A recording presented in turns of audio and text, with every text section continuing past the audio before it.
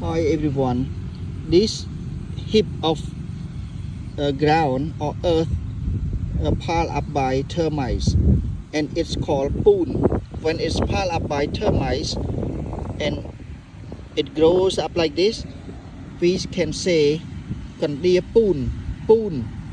We say poon, poon, dambok.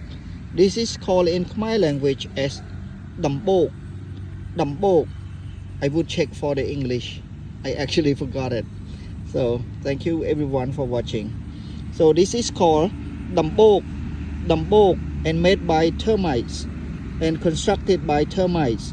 And termites poon and pile up like this. We say poon. Termite poon day, poon soil, poon ground. Like this, pile up like this. We say in Khmer language as poon, poon.